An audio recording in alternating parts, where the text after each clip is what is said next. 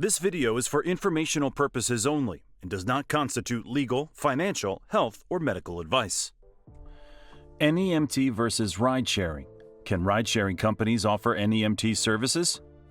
If you've ever wondered whether Uber and Lyft can truly replace traditional medical transportation, you're about to get some eye-opening answers. Hit that subscribe button and ring the notification bell, because today we're diving deep into a topic that affects millions of Americans who rely on medical transportation. NEMT versus ride-sharing. Can ride-sharing companies offer NEMT services? Non-emergency medical transportation isn't just convenient, it's what makes healthcare possible. NEMT allows millions across the U.S. to reach their appointments safely and on time. But recently, rideshare platforms like Uber Health and Lyft Healthcare entered the medical transportation space. This raises one crucial question. Can rideshare companies offer the same reliability and compliance as traditional NEMT providers? How rideshare fits into healthcare. Rideshare services emerged in the early 2010s as basic app-based transport using personal vehicles.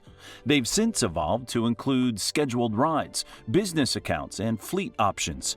A few years ago, both Uber and Lyft identified a major gap, increasing missed medical appointments.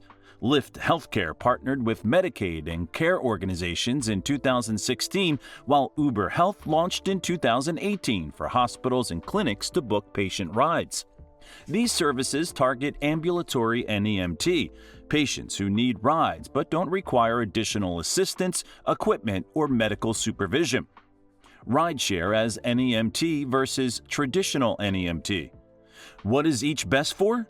Rideshare NEMT serves those who walk independently without mobility aids or personal assistance.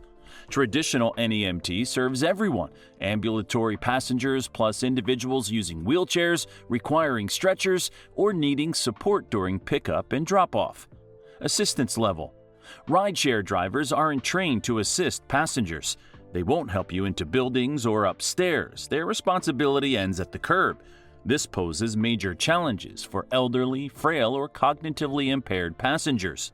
Traditional NEMT drivers provide door-to-door and door-through-door assistance, helping passengers right to their destination and even inside.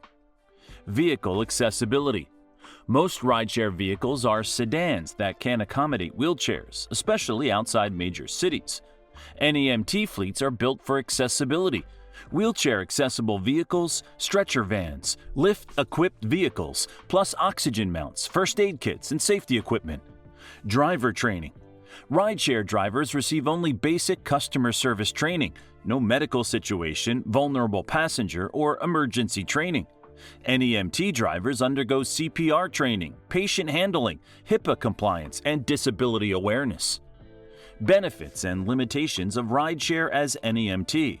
Top advantages: flexibility and scalability, real-time or pre-scheduled bookings through digital dashboards for last-minute needs, cost savings, more affordable for shorter distances with ambulatory passengers, better access in urban areas, more available drivers reduce no-shows and wait times in cities. Critical limitations: no wheelchair or stretcher support. Despite claims of accessibility, availability is extremely limited. Lack of driver training. No protocols for handling elderly, disabled, or medically vulnerable passengers or emergencies. Curb-to-curb only. Safety concerns for patients with limited mobility, cognitive impairments, or vision issues. Poor rural coverage. Often unavailable in rural areas with unpredictable wait times, making it unreliable for Medicaid or recurring transport. Regulatory and liability considerations. Most state Medicaid agencies and NEMT brokers have strict requirements rideshare can't consistently meet: verified driver background checks, medical transport insurance coverage, vehicle inspections and compliance documentation, HIPAA and patient safety training, performance oversight and complaint resolution. Liability risks. NEMT providers assume liability for vehicles, drivers, and passengers. With rideshare, liability becomes complex. Who's responsible if drivers refuse wheelchair service? What happens if patients fall getting in, out of non-accessible vehicles? How is protected health information handled? These risks make major organizations often deny rideshare eligibility.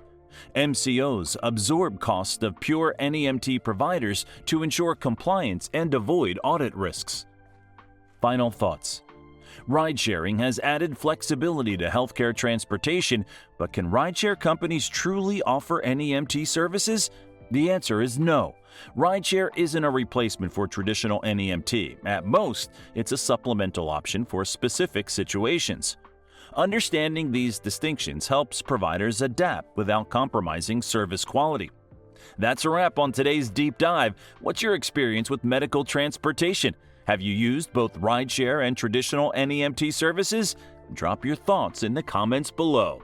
Don't forget to subscribe and hit the bell icon so you never miss our latest content on healthcare, transportation, and industry insights. Thanks for watching, and see you in the next video.